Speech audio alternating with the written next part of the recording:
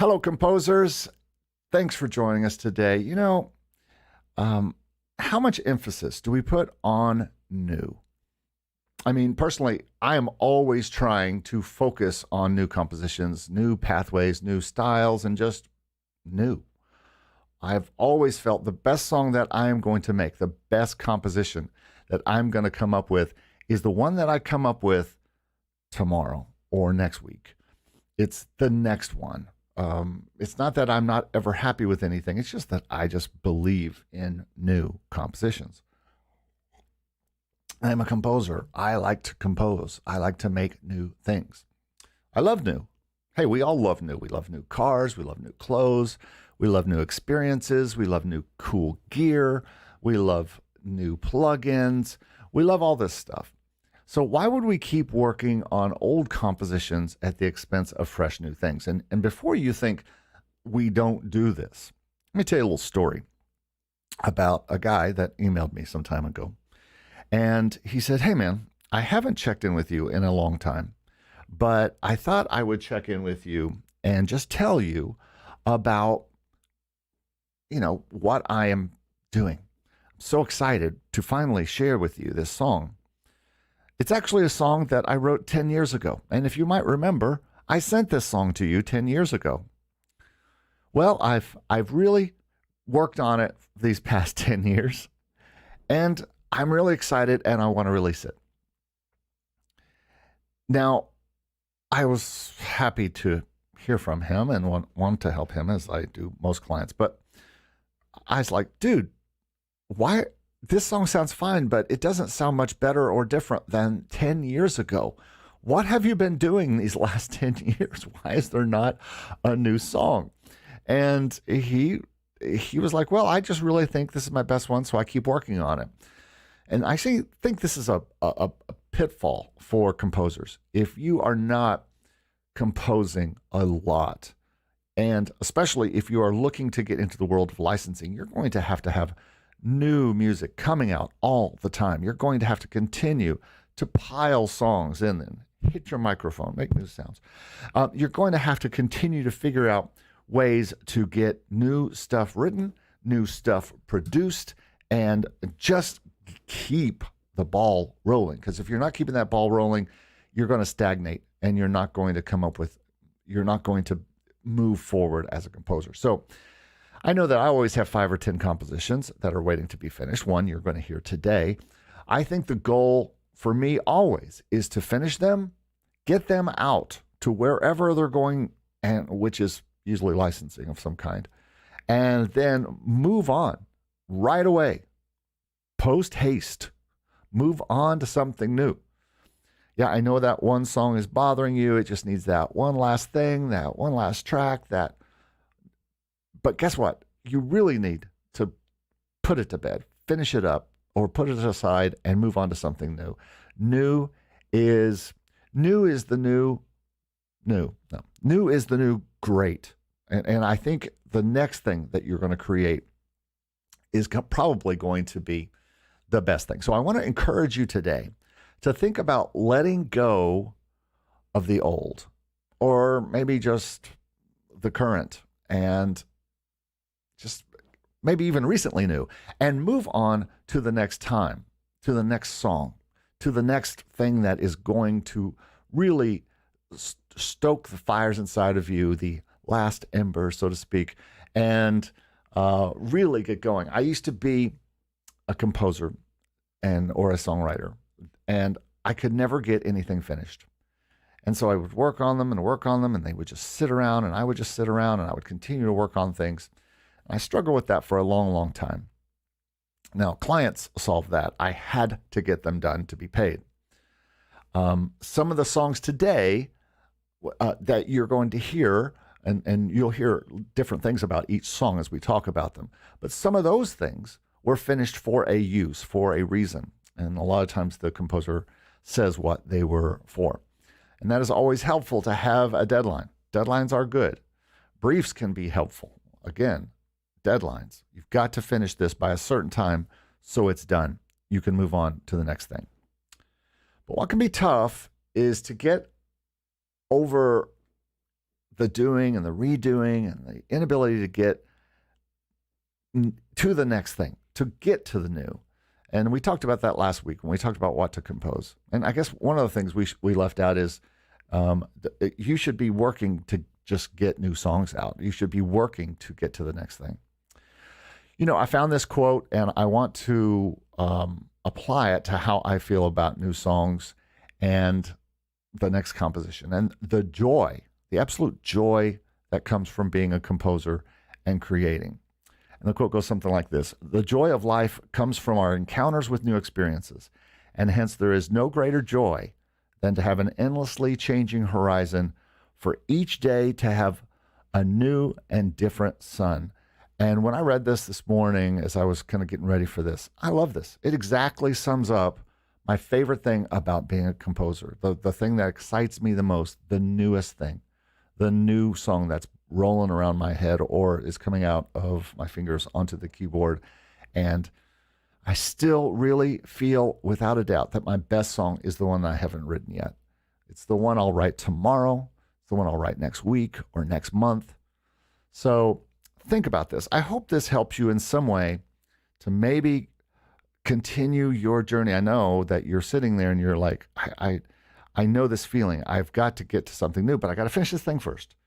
And that's not necessarily true. Now, unless it's for a brief and it's tomorrow, you got to have it finished. That's cool. But if you're just sitting on a song that you've been working on for a month or two, and you're trying to figure out what next to do on it, might be the best thing to do is set it aside. And someone talks about that in today's songs. And just think about what you need to do next.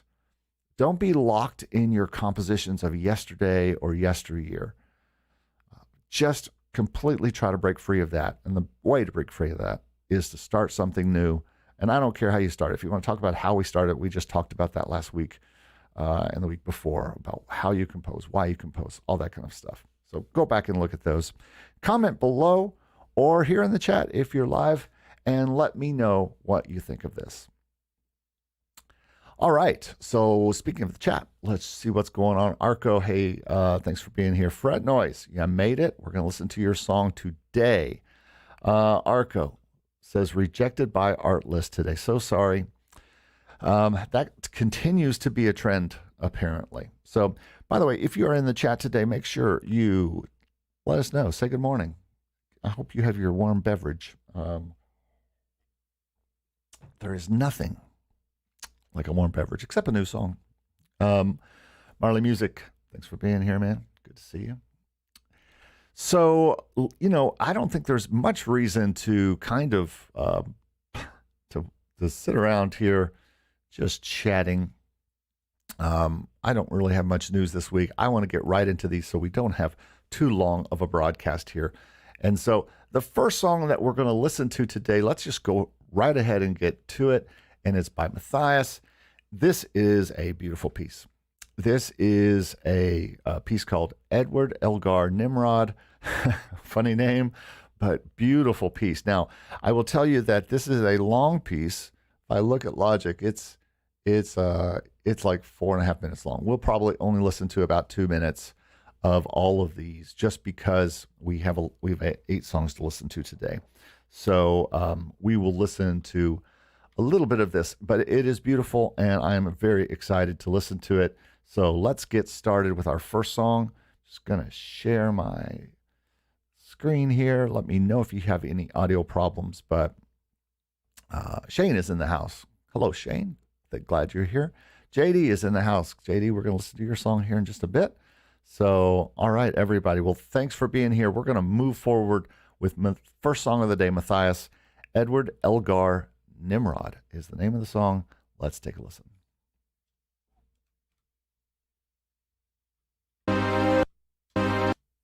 Okay, Logic.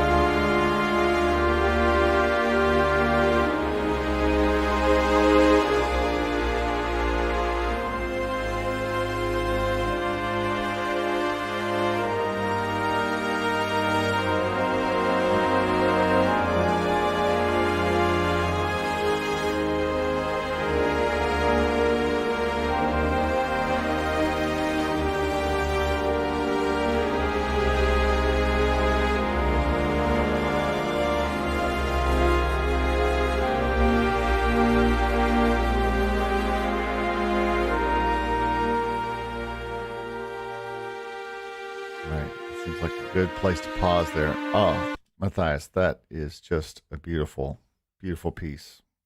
I am just, that's striking me this morning. I don't know about you all, but that is really hitting me this morning very well. Thank you so much, Matthias. Beautiful. That one part. We have to look at that. Listen to that one part again. This part right here.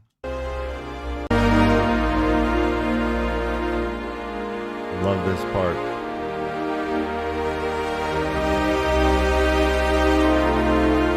Right here. Oh, love those chords this morning. Thank you so much. That really is hitting me, moving me. Greg, good to see you here in the chat. We're going to have your song coming up here soon. Yeah, boy, I really love the quiet strength of this song. Of course, those chords, are just touching me today. I just want to listen to this. I've been on a classical kick lately, starting when I get to school and I start to get ready for the day. I'm just putting on some classical things and kind of getting back in that mode a little bit. Gosh, I don't know. This goes on. It's about twice this length. So I think you might make sure you have some short versions in case. I'm not sure. Let's see what he said on this song. Got my notes up here. Matthias said, with this song, we could discuss the importance of excuse me, dynamic and expressions for the different instruments and the opportunities which sample libraries provide to get instruments dynamic. In this song, I was really fighting with the dynamics. I needed a lot of trials. It is always a combination of dynamic expression and others like vibrato and, of course, the right mix. I often notice that the dedicated instrument I work on is later too loud in the mix. It is important to, and here we go, let a ready song rest for a few days because of ear fatigue. Hearing a song later often gives a different impression. Often at this time, the mixing and equalization mistakes appear. Now, I will agree when you have a song and you've got it in a finished form like this, and you've got it down to the point where you think sounds good. And the song I'm going to show you today is kind of in that. The last song we'll talk about today, my song, The Last Embers. I think it's called The Last Embers. And it's in that spot. It's in that spot where I think it's done, but I've been giving it a little bit of time for me to go back and listen. And listening today, I think there are still some things to add, but I just think this is beautiful. I think you have, with strings, I don't think that we are so concerned with, I have to hear the cellos, or I have to hear this or that, especially something like this, which is much more pastoral, it's something that's just more flowing like this, which is just an ensemble piece. There's no instrument that's really leading it. But I think it's wise to do what you did, to kind of let it sit. And so absolutely great song. Beautiful. Yeah, sure. Shane says it would be great to hear with live orchestra for sure. And Marley approves. And some great work, Fretnoize. It's called Nimrod, if you can find it. So, Matthias, are you J.I.? Is that who you are? Is it actually a piece by Edward Elgar? But is it an Elgar piece? Let me know. Or is this your piece and it's on Spotify or something? Feel free to put Spotify links, things like that in here if you want to. But really beautiful piece. So would love to know more about that if you want to write more here in the comments about that. So welcome everybody. Hello composers. Glad to see you here. We're just listening through our first few songs here, and the first song we just got done listening to, beautiful orchestral piece by Matthias. So we're going to go ahead now and move on to our next song, which is by Jessie, Cain, Skelton. It's called Climbing That Hill. So let's go ahead and move to that song. And sounds a little something like this.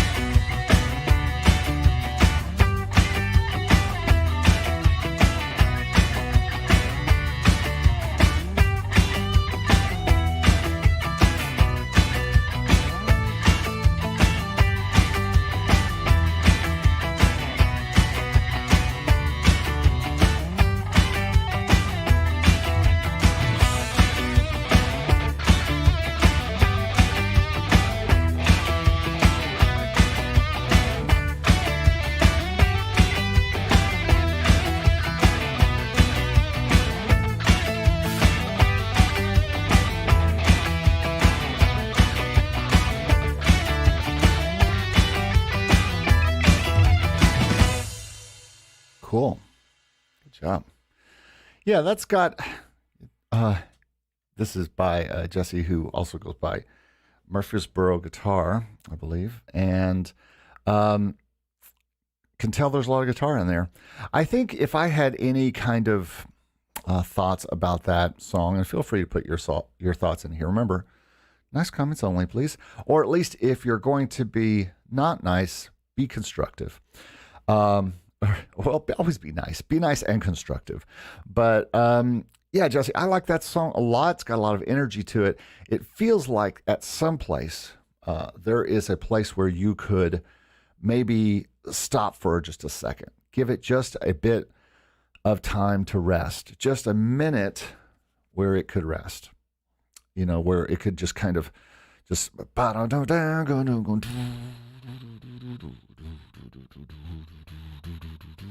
and then build back. Somewhere about halfway through. So there's some place that we go because it's just pretty much the same dynamic the entire way through. Nothing wrong with it. Yeah, kind of like Dave Pugh says. Dave, good to see you here. Says nice riffs, maybe a B section. Absolutely. And if not a B section, at least a B sounding section of the same kind of riff. Now, part of what people are looking for on licensing sites and things like that is stuff that is just, it doesn't have to have a lot of changes in it. As a matter of fact, it can have no changes in it, but it has to have some kind of dynamic change to it. And by dynamics, I mean loudness. And most of you know what that means, but in case you don't, I mean something where the overall feel and sound comes down for a minute. In the last song we listened to, it was more of a chorale or just a beautiful piece that kind of flowed, and even that swelled and came back down. There was a bit of flow to that. And Greg says, loved it, and yes, a contrasting section might improve. Yeah, I think so. I think it needs some kind of little, it's ripe, especially right here. If we're playing along right here.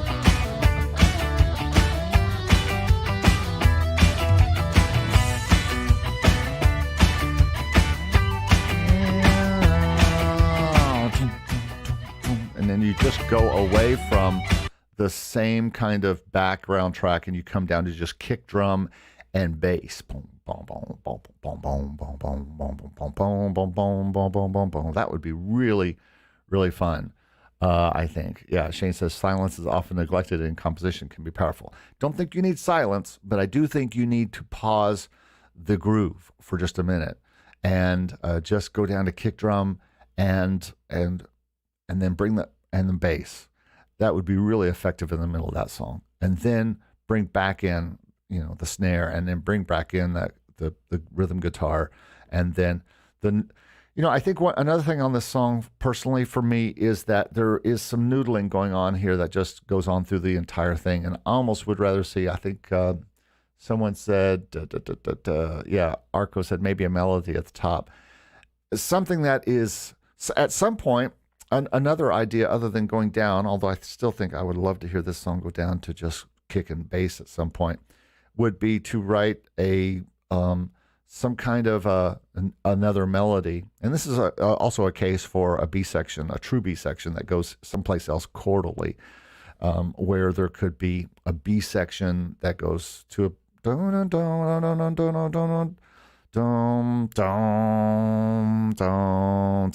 it goes down to a 5 or goes down to a 4 or something like that, or a 7 flat maybe. Someplace you go that's different for a second, and then build back into this A section that you've got here. So that would be helpful. And so Arco says what I said. Our drums should drop for a minute. Nice work. Yeah, it sounds great. All the guitars sound good, and everything sounds good in it. But I do think it has some room for being even stronger, and especially if you're going to put it up there. You don't want to drop down for too long. It doesn't need to drop down for 30 seconds. It just needs to drop down for a few seconds and slowly build back up, and then get back to that thing. And then maybe some kind of more overarching melody. Listen one more time towards the end here.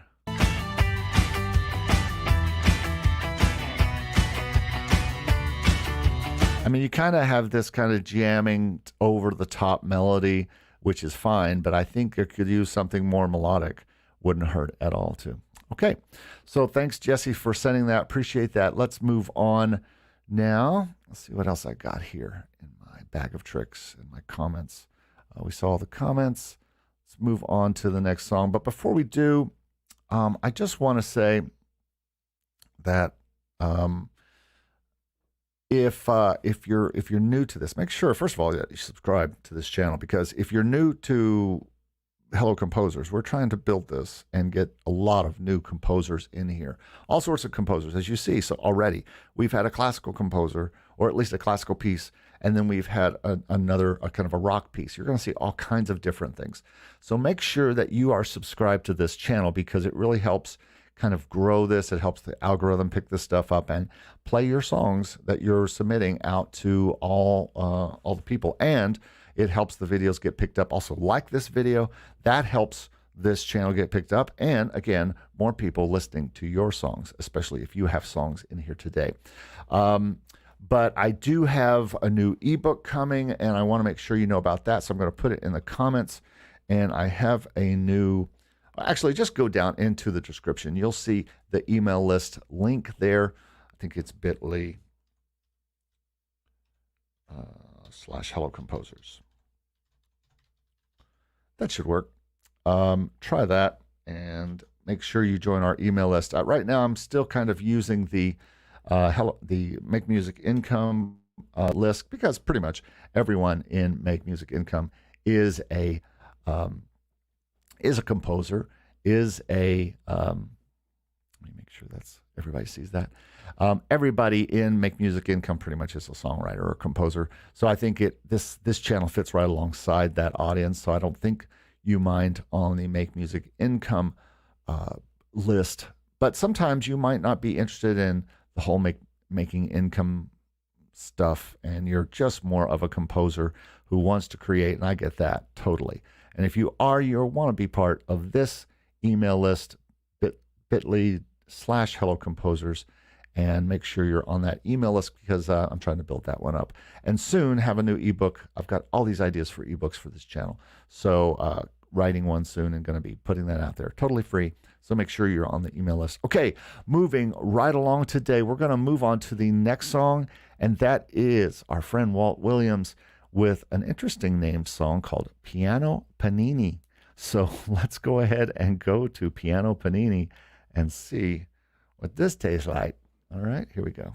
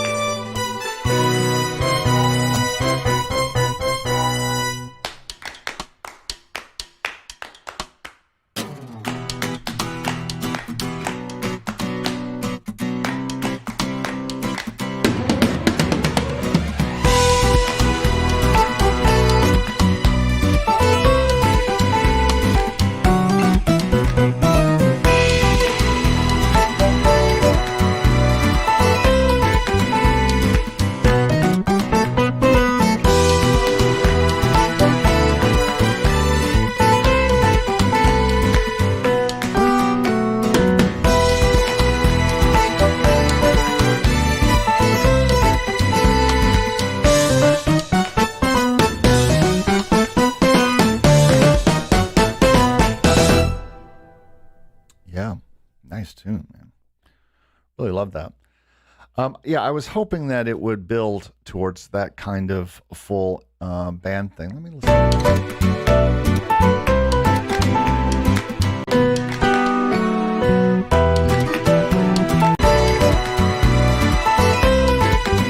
Yeah, really like how at the end it built up and kind of became more of a full band tune with the bass and more of a full drum set because you have the clapping and you have the all the percussion things going on. I think the only thing keeping it from being great. Let me listen again real quick.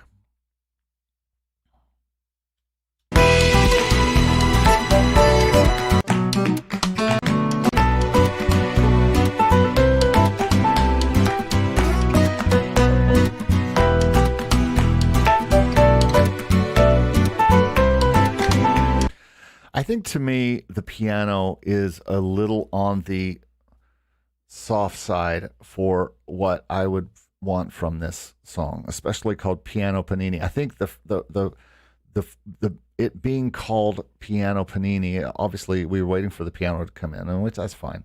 But I think that there is some kind of I think we're caught up in these felt pianos, folks. These native instruments, pianos that to me all have a similar type of soft sound to them. And so I don't know, something about the piano on this seems like it could, I don't know what it is. If anybody has a thought on it, it just doesn't seem to bite enough for me in this track, but most people wouldn't have a problem with it. Here's the problem I have. Oh, and by the way, we've been joined by some friends.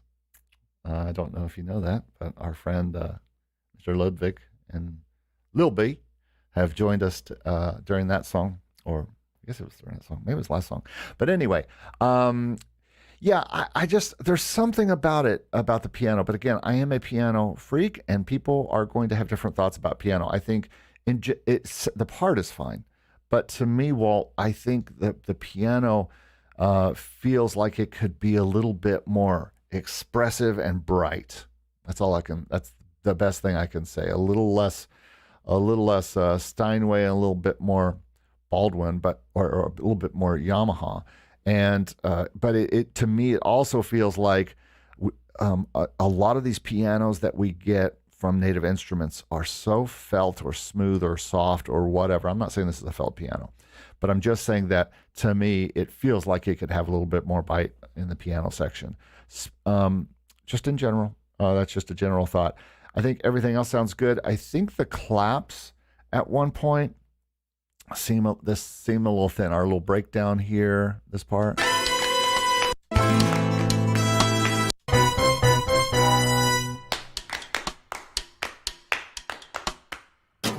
I feel like there could be, I don't know, I'm just being really super picky.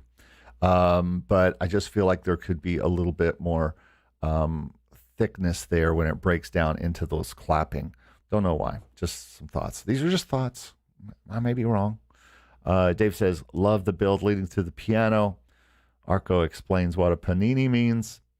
Fretnoize says, this is a great example of a sync track with that build up. Such a fun track. Agreed. Totally fun. Shane loves it. Marley says, excellent. Greg says, very compelling, nice contrasting textures and crisp production. Yeah, I don't disagree. Arco agrees with me on the bite of the piano. I think that's one thing. Marley says, although expensive, Keyscape Yamaha C7 has a strong bite that cuts through anything. Agreed. And that's what I use all the time. Before I used that, I used, and still use sometimes, Ivory, which has a Yamaha sample that I prefer. But I'm kind of on Keyscape now. I can't get off Keyscape. Dave has to go teach kiddos. Thanks, Dave. I got to go teach kiddos in about 2 hours, so I'm right there with you. Yes, please send me, follow the email lists, either Make Music Income or the Hello Composer lists. Follow the Discord, and you will see when I'm looking for new songs. I'm looking for new songs every week, so just go ahead and send. Send me an MP3 and why you wrote it at HelloComposers@gmail.com. Always just send to HelloComposers@gmail.com. Shane says, for me, piano sound is so individual, much like preferred piano action. For sure. Yeah. And this is just my thought. You're on my podcast, or you're on my broadcast here, so you're getting my thoughts, good or bad. But Walt, thank you so much. He said this track, he calls it Guitar Piano Panini. Maybe I got the thing wrong. I like that track, that name better, Walt, actually. Guitar Piano Panini, I think, makes much more sense. It's like a sandwich with both of them in there. He says, originally it was composed in a longer version for a client, then as a performance piece for a gig. Now I'm looking to incorporate another movement, perhaps to the relative major, while keeping the Latin type rhythms. What do you think? He says, here's what's funny. Okay, he's going to laugh now. The tracks were laid with Ableton Live. Piano is Keyscape. Guitars are a mix of live and contact session guitars. Very good. String and percussive stuff is from Spitfire. Well, then if it's Keyscape, I would go for a little brighter piano. That's one thing I would do in this song.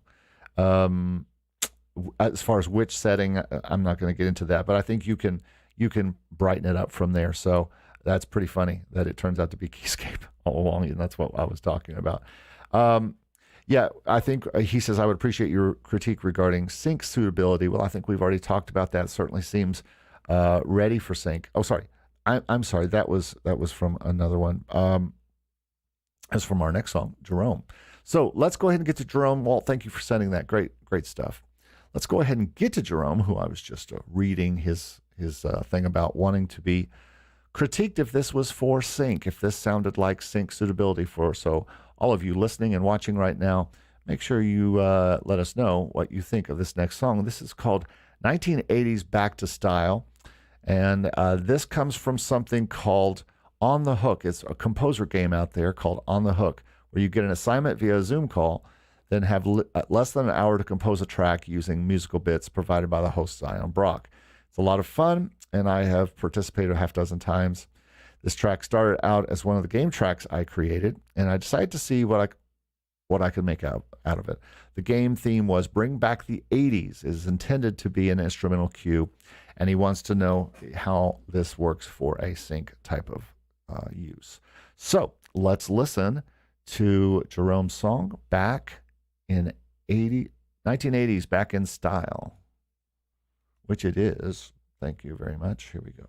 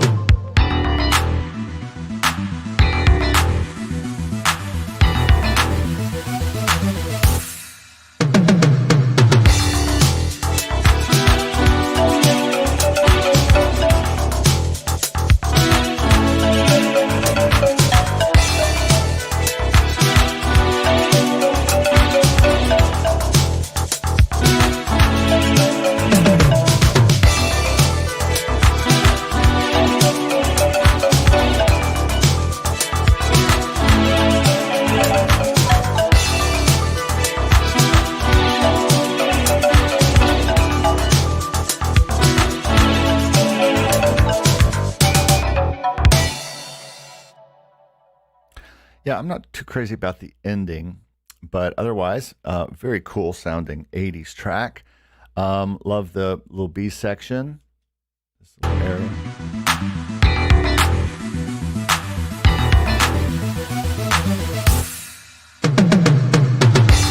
Yeah, Simmons drums in there, something like that.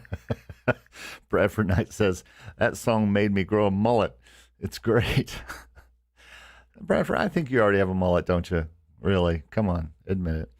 Marla says, I love the 80s. We need some dance in the background. I do not dance. This is not a TikTok show. Bradford says not sure about sync, but stock for sure. Well, I have some thoughts on that. So here's the thing, Jerome. And Fretnoize also says, I like the build into the second A section, but think the second time around it could use a little bit more in the A section. Agreed. Always bring new things in for at different points. And so if you have that nice B section where it drops down, there should be something new that comes in on that second A section after about 1 minute after the B section that you have.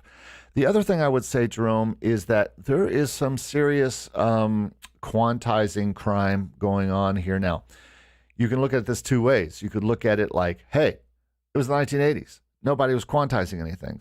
To which I would say maybe, because we did have drum machines and we did have hardware sequencers that we were working with, and those hardware sequences had quantizing on them. So I think you should consider making sure that everything is nice and tight, even because we live in an age where, yeah, we want an 80s sound, but do we want 80s not quantized? It'd be like saying, do we want 80s vocals that are not tuned and out of tune? No, we don't want that. Nobody wants that. And I think quantizing is a lot like auto-tune. We're so used to everything being in time that things really just have to be in time. So I think that's one thing that is bothering me. Like I said, I think the end could be stronger, although probably the more lo-fi it is, the better for the 80s. Removed me, sorry. I would also say that I love the sounds. And as far as its sync suitability, let me say this. Uh, People are looking for songs that sounded like they were recorded in the 80s. So even if something isn't perfectly quantized and isn't perfectly played and the ending isn't perfectly great, they still kind of want it, because I see people all the time wanting songs that were made in the 80s, and we didn't have sophisticated DAWs back in the 80s. We didn't have DAWs in the 80s. So literally we did not. I mean, we might have had, well, I didn't. I didn't have a DAW until 90s. So in the 80s, all I had was a sequencer. I could sequence off of keyboards, like my Ensoniq ESQ1 had an 8-track sequencer on it, and I could do different versions, kind of like early Ableton. I could do a A section, and then I could push the button, it would go to a B section, and it would go back to an A section. So I could do some of that, and I could quantize all of that. But I think the sound-wise, everything feels like this could be in Stranger Things. And if it can be in Stranger Things, that is absolutely sync. That any 80s television show, and there are starting to be more and more of them because it's a big popular time in thing. And that's the beauty about sync right now. There are so many popular times for all of these things. So absolutely could be used for sync. And if until you get it into a sync library or something like that, an exclusive deal, you could use it for stock for sure. Let's see what some people have said. Greg says, nice job. Somebody called Crockett and Tubbs. For those of you who are young, like you, Arco, Crockett and Tubbs were characters on a show called Miami Vice, and they were very vibrant clothing. Shane says, need some edit points for sync. This allows the supervisor options. Yeah, again, another important reason to make sure it's nice and quantized and tight. And I think you might even be able to bring in that B section earlier at some point on another version of this, maybe. Scooter says, hey Scooter, glad to have you. I felt like some of the notes could be held a little longer, but I really did dig the vibe for sure. Fretnoize says, I remember striping SMPTE to one of my 4 tracks and syncing MIDI to that. Yeah, absolutely. Anybody know what SMPTE is? Anybody remember SMPTE? All that time code stuff that we had to do before MIDI was, before the kind of MIDI we work with now. I'm sure SMPTE is still used for something, but funny. Well, as a matter of fact, Fretnoize, Mr. David Bax, it is your time. Your time has come, and look how far we've come, you could say. Oh, by the way, let me just check my notes here real quick and see. Jerome, I read everything that Jerome wrote me, right? Okay, cool. All right, well, thanks for coming here today. Make sure you subscribe to this channel if you're here for the first time and watching what we're doing here in HelloComposers. Our goal here is to work with everybody from brand new composers to the highest quality of producer. Last week we had somebody on the show who was literally doing movie trailer music, and it was fantastic. But then we also have different things that is no, SMPTE is not the Society of Motion and Picture and Television Ears, is it? No, I'm talking about SMPTE that we used to sync with, right? Good try. Fretnoize says, sorry for my singing. I'm not much of a singer, but it seemed like the brief was asking for it. So let's talk about this next song, which is by David Bax, also known to all of us in here on the chats and also in Discord, known as Fretnoize. And he says this song has got that wall of guitars type sound and shoegaze style. By the way, there's a shoegaze motion array brief right now. Not sure if you knew this, but if you don't, you should go there and put this up there. Because the beautiful thing about those things is even if it says filled, you can still put stuff up there and get stuff approved to Motion Array in a day. That's if you're on, Fretnoize, I think you're on Motion Array. But he says at its core, it's a pretty simple rock song. Maybe some interesting side of it is that it's in A major, but A minor is borrowed from the We've Come section of the chorus. This kind of thing, of course, is pretty common for blues-inspired rock and such. And so, all right, well, let's take a listen to this song, Look How Far We've Come, by Fretnoize, David Bax. All right, where are you, Logic? There you are.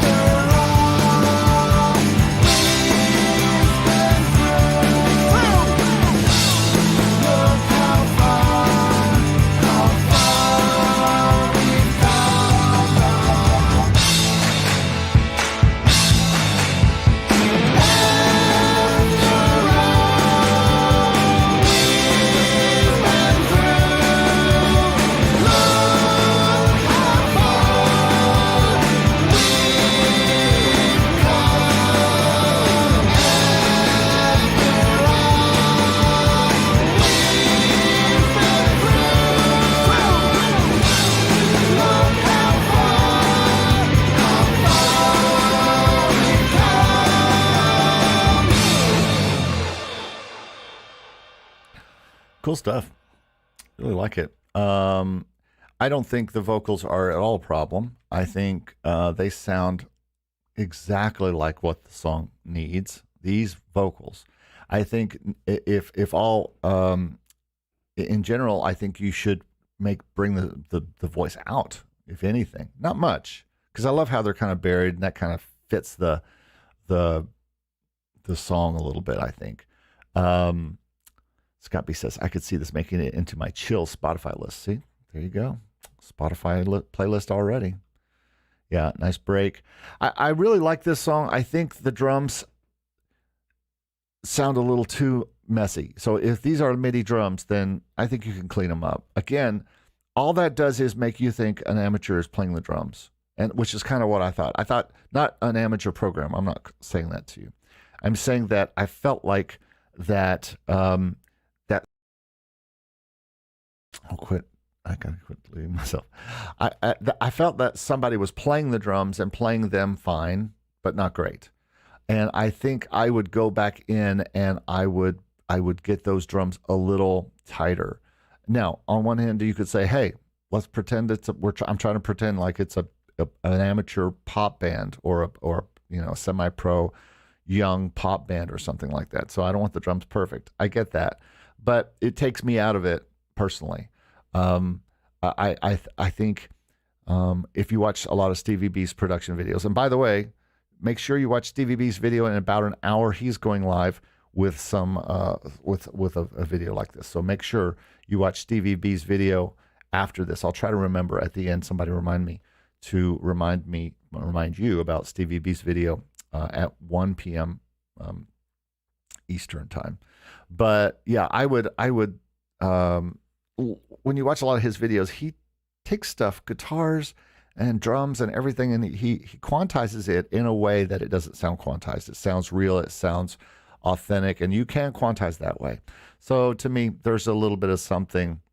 Fretnoize says, maybe there's something with the software where it's drifting. Not sure then. Yeah, let me see if I can find a spot. Like maybe, it seemed like right up front is where I started noticing.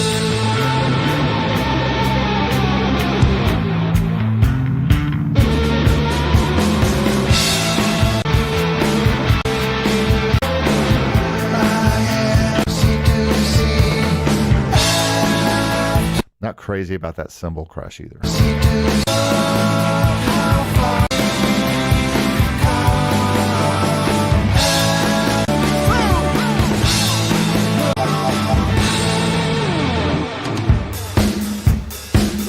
It always happens in the sorry, you didn't hear what I was listening to, did you?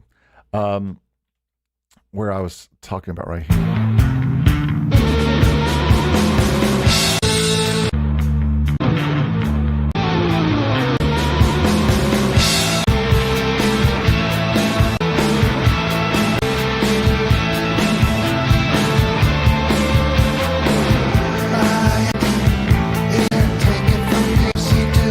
It is. It always happens in the fills. It's the fills that take me out of it when they're like and they're just off a little bit. So I would look at that and yeah, see if you can find where they are. But I agree, the vocals fit. Yeah, sorry you missed Nimrod. It was great. And when you watch the replay, you will see me gush all over and how it warmed my heart and all that. Okay. Well, thanks so much, Fretnoize, for sending that. Great job. It's got a great sound to it. I think that it's, I might watch the vocals and bring them up a bit. I might look at the drums just to make sure. I think just because it's a Brit drum set that sounds bad with its crashes doesn't mean you have to have bad crashes. I think the crashes are just a little bit too, I don't know, something's happening with them where it's just making me think, this sound. It's the whole drum sound that makes me feel like it's a bit amateurish. And like there's and to your credit, I thought there was a real player playing. So, which is always what you should be thinking with any of these things, that you think it's real drums. But I think you could probably fix that up a little bit there. All right, so let's look at the next song by Bert, Gerecht. I hope I'm saying that right. And Bert has sent me songs past couple weeks. I wanted to get him in this week. And this is called I Love My Hertiecaster. Let me tell you what this means. Some of you know what a Hertiecaster is. He goes, I had a 1963 Italian-made mail order guitar in for restoration. I think Bert works on guitars and basses. It reminded me of my first steps as a basement guitarist back in 1964 and inspired me to record this track. Mid-60s beat or surf rock, as it was played back in the day, by European garage band musicians on cheap guitars. I looked for a 60s style drum groove and played 3 tracks, rhythm guitar with 7 chords, a single note, rhythm doubling the bass and the lead melodies. I also played my 60s EKO bass with a plectrum. If you don't know what a plectrum is, it's something you strum the guitar with, kind of a pick type thing. On a 50-year-old flat wound strings for an authentic sound, I applied a classic mastering setting to it when I thought it was ready. It could qualify as a stock music track, a great fit for beach scenes, all that happy 60s vibe. So let's take a listen, and we'll be the judge of that, Bert, as I like to say. The whole time my students say, I'm done. I'm like, I'll be the judge of that. All right, here we go. I love my Hertiecaster. Come on, Logic. Logic, you're making me very mad. I'm so sorry. Somewhere there is something set here.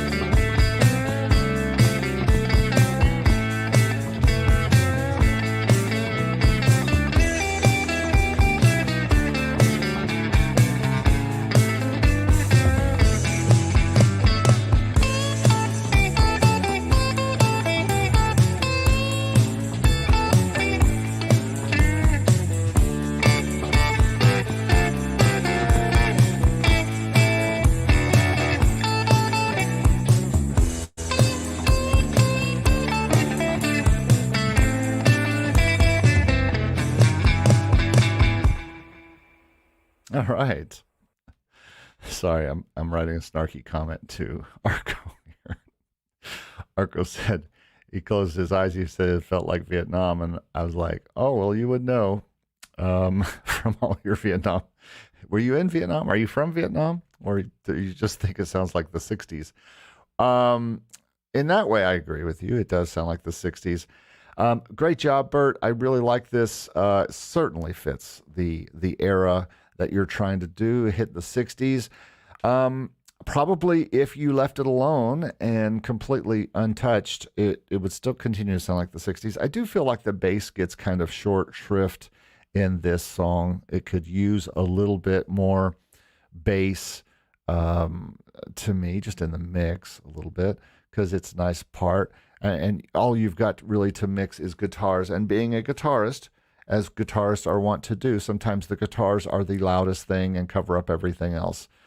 Similar to a vocalist who might come in and just want to be the star and cover up everything else. You got to be really careful that your guitars get the lead, but don't cover completely everything else. There's still a bass presence. There's still a drums presence. I think the drums are fine from what I heard, but I think I would look at your bass sound and make sure the bass mixes in with everything else, if everyone has any comments about that. As far as the vibe, I love it. Yeah, Fretnoize says, gets the vibe done well. Like, there's like a B section with a new guitar sound. I feel like that could have continued longer. Yeah, I don't disagree. I think it's again, this song is so vibey, so 60s vibe that's the gold part of this song. It's going to be something somebody puts in, and it's not just. I don't think that this song. We talk a lot here about sync, or we talk about stock, or because I think we have to quit thinking like that and think more about the fact that we are writing for licensing, writing for libraries that might use music.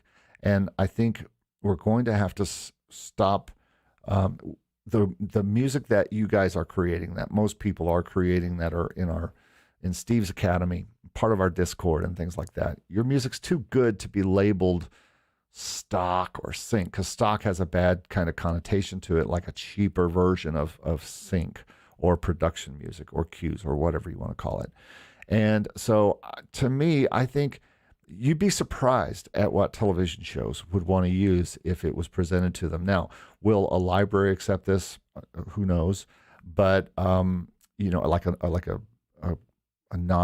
exclusive library that's focused on television and commercials and things. Who knows? It's going to depend on the right person who hears it, always, as it always is.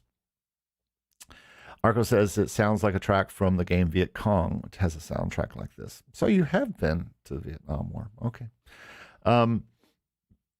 Fretnoize says that new guitar sound was a little loud too, I think. Yeah, agreed. It came in and it was just sitting on top. Again, I try not to get too much into the production part and talk about the song part. I think the song part worked for me, and I loved the sound of it and the feel of it. Memphis Bro Guitar says, like the tune rumble up the guitar effects every chorus. Where's Frankie and Annette when you need them? JD says, all right, cool. Frankie and Annette, also for you younger folks, were 50s or 60s film stars. Annette Funicello, who was also one of the original Musketeers, and you probably don't even know what a Musketeer is either. So let's not go there. All right, so let's finish this thing up. We're past an hour now, and I want to move on to Greg Friend, who sent us a song called Naughty List. Greg, this better be, I don't always listen to these also. They certainly better be. I need clean versions, folks, of all these songs. They have to be clean. All right, so let's move on to Greg Friend, Naughty List. Let's see what this sounds like.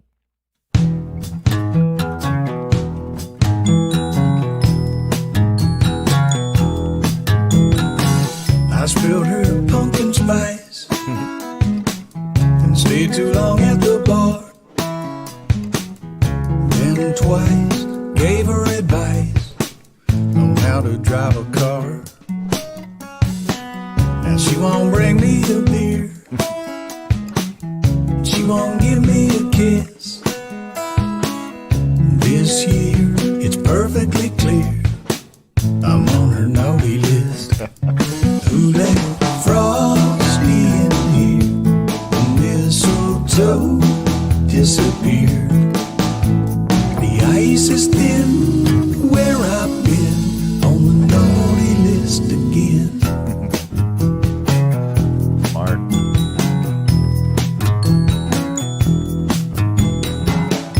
Every new year I try, through Valentine's hanging tough. But by 4th of July, I'm blowing something up. Like the anniversary, and you know I'm gonna miss. Might be permanently top of her naughty list.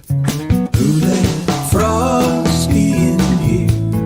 Mistletoe disappeared. The ice is thin where I've been, on the naughty list again. I'm so naughty, ain't nobody more naughty. Like a bad dog, it ain't what I'm playing. Yet here I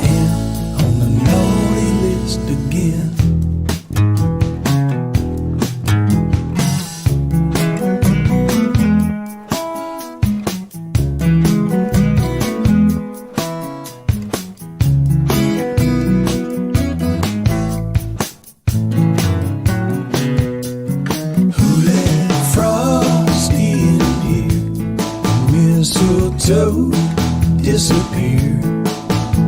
The ice is thin where I've been, on the naughty list again. Who let frogs in here? The mistletoe disappeared. The ice is thin where I've been, on the naughty list again. On the naughty list, on the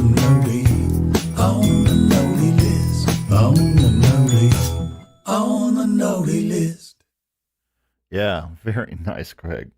Love your style and your just unique kind of sound and guitar sound. And yeah, I would use a little bit more. And Naughty List, you know, I think it doesn't automatically say Christmas song, but then when you hear, and it just took a lot of us, or not a lot of us, but it, like when you heard that those jingle bells coming in at the end, you could tell it was a Christmas song. I think you should use them more. Either that or do a version with the limited jingle bells where you have them kind of towards the end a little or here and there. I would do a version where you have that all the way through from the start as part of every chorus, just to make sure you have a holiday version. Because to me, now talking about quote unquote stock and sync, you know, music for people who want a Christmas song, I think this is much more suited for a Lifetime movie than this is suited for a YouTube video or a corporate presentation or some kind of stock use. I think this is much more in that other world if we're looking at those two type things. So personally, I am a person who writes songs for television and film. I do not write. I mean, I do. The piece you're going to hear next is an instrumental piece that I came up with. There was no really thought behind, oh, this is going to be good for this or that. A lot of times I do that. But this song was definitely written to be in, it sounds like it could be perfect for a holiday movie of some kind, especially the beginning of a movie where it's going to be a romantic comedy or something like that, or in the middle or at the end or something like that. I think it just fits that kind of thing. And I think we all have to think, if you're interested in getting music into sync, into possibilities like when Dave, our friend Dave over at 52 Cues talks about cues, he's talking about music that's for specific uses for like sports and things like that. When I think of a grander scheme of music for sync, I'm thinking pop songs. I'm thinking positive music. I'm thinking funny songs like this. I'm thinking orchestral things that could be used in the beginning, in the end, over credits, in the middle when there's a montage of stuff going on. And this is just such a cute song. Really love the bridge. Very well written. Again, think you could probably be a little bit more generous with the jingle bells since it's a holiday song. If you wanted to make because the whole song is about being on the naughty list for Christmas, for the holidays. So you might as well just lean into that. Every year, this will become popular again and people will want to use it. But definitely continue down this road if you're interested in film and television use. I think this kind of song, yeah, I don't think it needs a ton of polishing. I'm pretty happy with the way it sounds from a production standpoint, but I would like to hear more jingle bells so that, and maybe even a little louder than they are, not too much, but a little louder so that they're nice and heard, you know, and because everything else is very nice and really cool way you've mingled the voice in with the guitars. Love it. All right, cool. And you are very welcome. Thanks for being here, and come back. Make sure you subscribe to the channel and be part of all these, because we'd love your voice as and all of your voices that are here today as continued voices on these songs. Fretnoize says, it does feel like it could be upped on the Christmas vibe lyrically. I think the second verse, other holidays are talked about, though I want to talk. My lyrics really had no meaning. Yeah, I did. He sent me the lyrics on this. I'll look through them, but I would keep this Christmassy. I mean, the naughty list is a Christmas term. And you want to lean into that. It could be used in Santa Claus movies. It could be used in any kind of Christmas couple romantic comedies is what I'm thinking right off the top of my head. All right, so let's finish up today. I want to show you a song that is so new that I'm not even finished with it yet. And I guess I'm sure some of you aren't really finished with some of your songs. But this song, I think it's called The Last Embers. I wrote it. That's what I wrote down. But I was just messing around one night in Logic and found a piano that I thought was interesting. Something called The Embers or The Last Embers or something like that. So that's what I call the song for now. But see if you... this is totally unfinished, so I'm open for comments. Not that I will implement them, but I will certainly be happy to take them. So I haven't even finished this yet. This is just a quick mix I threw together this morning because I knew I'm trying to finish this. It's one of these ones that someone talked about taking a break for a day before you finish the song, and this is what I did too. I'm taking a little bit of break before I finish this. I'd like to say that's on purpose, but it's kind of not. But yeah, absolutely brand new. This is called The Last Embers, and see what you think of this song.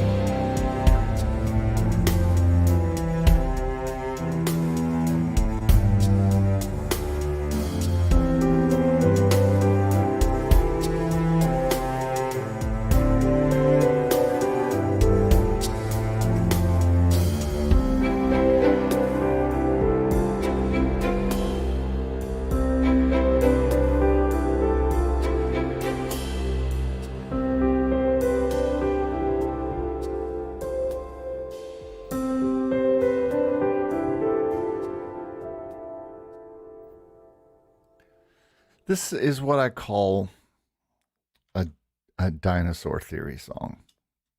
All right, so some of you apparently in this today are old enough to remember Monty Python, and there was a skit at one point where the lady says, "I have a theory on dinosaurs, and it is my theory, and I want to make sure no one steals my theory because it's my theory, and I've come up with this theory on dinosaurs.